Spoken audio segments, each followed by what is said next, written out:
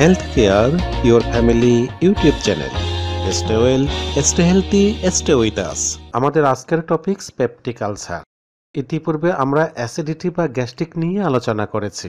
সেখানে কিভাবে অ্যাসিডিটি বৃদ্ধি পায় তা নিয়ে আলোচনা হয়েছে। যারা এই ভিডিও প্রথম দেখছেন তাদের জন্য সংক্ষেপে তুলে ধরা হলো। আমাদের দেহের স্বাভাবিক কার্যক্রম চালু রাখার জন্য প্রয়োজন খাদ্য। আমরা যে খাদ্য গ্রহণ করি তা খাদ্যনালী হয়ে সরাসরি চলে যায় পাকস্থলীতে। আমাদের পাকস্থলীতে হাইড্রোক্লোরিক অ্যাসিড থাকে, যা খাবারকে হজমে সহায়তা করে। আবার এই অ্যাসিড থেকে পাকস্থলীকে রক্ষার জন্য রয়েছে পাতলা আবরণ, যাকে বলা হয় মিউকাসের লেয়ার। খাবার খাওয়ার একটা নির্দিষ্ট সময় আছে, তখন আমাদের দেহে অবস্থিত দেহঘড়ি সেই সময়কে ঠিকই জেনে নেবে এবং আমাদের অজ্ঞাতসারে শরীরের স্বাভাবিক প্রক্রিয়ায় সে ওই সময় খাবার হজমের জন্য প্রয়োজনীয় হাইড্রোক্লোরিক অ্যাসিড নিঃসরণ করবে। যদি সেই নির্ধারিত সময় মোতাবেক আমরা খাবার খাই, তাহলে অ্যাসিড পেপসিন নিঃসরণ খাবার হজম প্রক্রিয়া শুরু করবে। ফলে হাইড্রোক্লোরিক অ্যাসিড পাকস্থলীর দেওয়ালের কোনো ক্ষতি করতে পারে না। কিন্তু যদি না খায়, তাহলেও দেহঘড়ির সংকেত মোতাবেক নির্দিষ্ট সময় অন্তর অ্যাসিড পেপসিন ঠিকই নিঃসরণ হবে। অ্যাসিড পেপসিন নিঃসরণ ঠিকই হচ্ছে, অথচ পাকস্থলী খাবার পেল না। তাহলে ফলাফল কি দাঁড়ালো? যার কারণে পাকস্থলীতে অ্যাসিডের পরিমাণ বাড়তে থাকলো। এটাই অ্যাসিডিটি বা গ্যাস্ট্রিক। এবার মূল কথায় আসি। এটা ছাড়াও ব্যথানাশক ওষুধের পার্শ্ব প্রতিক্রিয়া, অনাহার বা অধিকার, কোনো বিশেষ খাবার, বেশি ঝাল মশলাযুক্ত খাবার, ইনফেকশন, মানসিক চাপ ইত্যাদির কারণেও পাকস্থলীতে অতিরিক্ত গ্যাস নিঃসৃত হতে পারে। যাদের গ্যাস্ট্রিকের সমস্যা রয়েছে, এই বিষয়টি তাদের মোটেও অবহেলা করা ঠিক নয়। কারণ অবহেলার কারণেই সাধারণ গ্যাস্ট্রিকের সমস্যা মারাত্মক আলসারের আকার ধারণ করে। কিন্তু কিভাবে সেটা করে? প্রিয় দর্শক, আজকে সেই কথাই বলবো। আগেই বলেছি, অ্যাসিড থেকে পাকস্থলীকে রক্ষার জন্য রয়েছে পাতলা আবরণ, যাকে বলে মিউকাসের লেয়ার। যথাসময়ে খাবার না খেলে এবং অন্যান্য কারণে হাইড্রোক্লোরিক অ্যাসিড এই মিউকাসের লেয়ার ক্ষতিগ্রস্ত করে সরাসরি পাকস্থলীতে ঘা বা ক্ষতের সৃষ্টি করে। এই ঘা বা ক্ষতকে আলসার বলা হয়। মেডিকেল সায়েন্স অনুযায়ী যার নাম পেপটিক আলসার ডিজিজ বা পিইউডি। পেপটিক আলসার যদি পাকস্থলীতে হয় তবে তাকে গ্যাস্ট্রিক আলসার, এবং যদি ডিউডেনামে হয় তবে তাকে ডিউডেনাল আলসার বলে। পাকস্থলীর আলসার বা গ্যাস্ট্রিক আলসার হলে সাধারণত খাবার খাওয়ার কিছু সময় পরে ব্যথা শুরু হয় এবং বমি করার পর বা পেট খালি হলে রোগী আরাম পেয়ে থাকে। গ্যাস্ট্রিক আলসারের রোগীরা খাবার খেতে ভয় পায়, কারণ খাবার খেলে তাদের ব্যথা বেড়ে যায়। আর ডিওডেনাল আলসার হলে খালি পেটে ব্যথা শুরু হয় এবং খাবার খাওয়ার পর ব্যথা কমে আসে। আবার অনেকেই মাঝরাতে পেট খালি হলে ব্যথার জন্য ঘুম ভেঙে যায়, কিন্তু খাবার গ্রহণের পর ব্যথা চলে যায় এবং ঘুম হয়। কিন্তু ডিওডেনাল আলসারের রোগীদের ক্ষেত্রে উল্টোটা ঘটে।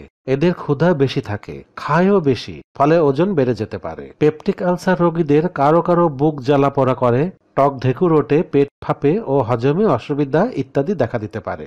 আস্তে আস্তে দ্রুত পুনরাবৃত্তি ঘটতে থাকে।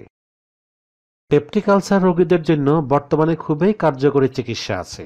আলসারের সমস্যা যাতে না হয় তার জন্য আমাদের কিছু সতর্কতা অবলম্বন করতে হবে। যেমন, জীবনযাত্রার মান পরিবর্তন করতে হবে। অর্থাৎ, এক, হয়তো সকালের নাস্তাই হলো না, অথবা দুপুরের খাবার কখনো 12টায়, আবার কখনো বিকাল 4টায়, কিংবা কোনোদিন হয়তো না খেয়ে রাত্রে ঘুমিয়ে গেল।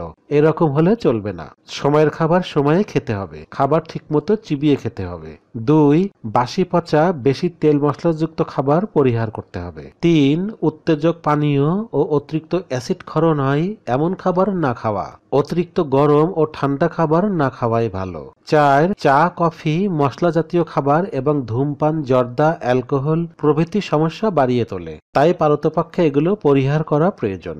5, খালি পেটে অথবা হুটহাট করে ব্যথার ওষুধ না খাওয়া। কারণ কিছু ব্যথা কমানোর ওষুধ যেমন অ্যাসপিরিন, ইনডোমেথাসিন, আইবুপ্রোফেন, ডাইক্লোফেনাক, ইটোপ্রোফেন ইত্যাদি স্টেরয়েড জাতীয় ওষুধসমূহ পেপটিক আলসার হতে বা সমস্যা বাড়াতে ভূমিকা রাখে। তাই প্রয়োজনে খেলেও সাথে অ্যান্টি আলসার বা গ্যাস্ট্রিকের ওষুধ খেতে হবে। 6, চিন্তামুক্ত বা টেনশনমুক্ত জীবনযাপন করা। 7, সময়মতো ঘুমানো বা রাত্রি না জাগা। 8, পেপটিক আলসার হঠাৎ করে বেড়ে গেলে রোগীকে পূর্ণ বিশ্রামে নিতে হবে। আলসার হলে যে খাবার খাওয়া ভালো: ভেজানো চিড়া, কলা, নারকেল, চিনি বা গুড়, নুডলস, আলুর দম, হালকা তেলের তৈরি তেহারি, খেজুর ও অন্যান্য ফল খেতে পারেন। ভাত, মাছ, মুগ ডাল ও আঁশবিহীন সবজি আলসারের রোগীদের জন্য উত্তম খাবার। যাদের দুধে সমস্যা হয় না তারা দুধ খেতে পারেন। সঠিক খাদ্য তালিকা তৈরি করে রোগীকে দ্রুত আরাম দিতে ও রোগের উপশমে পুষ্টিবিদের সাহায্য নিতে পারেন। পেপটিক আলসারের ঘরোয়া চিকিৎসা। অডিয়েন্স, ঘরোয়া চিকিৎসার মধ্যে আছে যেসব ভেষজ তা হল: ১. গুলঞ্চ। গুলঞ্চলতা পাকস্থলীর আলসারে অত্যন্ত উপকারী একটা ভেষজ। এটি স্নায়ু সতেজ করে ও পাকস্থলীর ক্ষতিগ্রস্ত টিস্যু পুনরায় তৈরি করতে সাহায্য করে।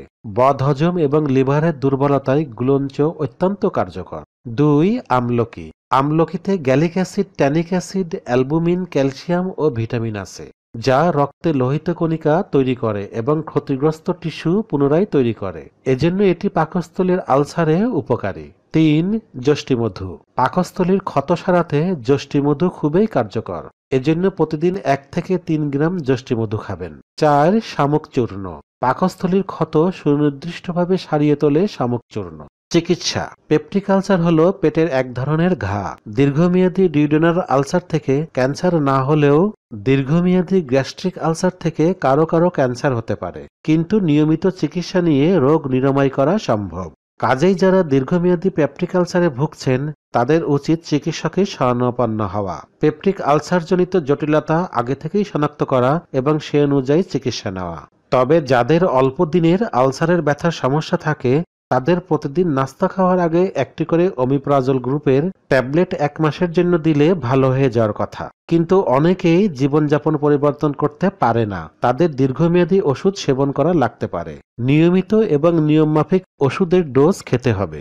অনিয়ম করে ৭ দিন খেলাম আবার ৭ দিন বন্ধ, এভাবে আলসার ভালো হবে না। তবে জীবনযাত্রার মান অবশ্যই পরিবর্তন করতেই হবে। প্রিয় দর্শক শ্রোতা, আমরা সবাই আলসার মুক্ত থাকব সেই প্রত্যাশা রেখে আজকের আলোচনা এখানেই শেষ করছি। ভালো থাকুন, সুস্থ থাকুন, আমাদের সাথেই থাকুন।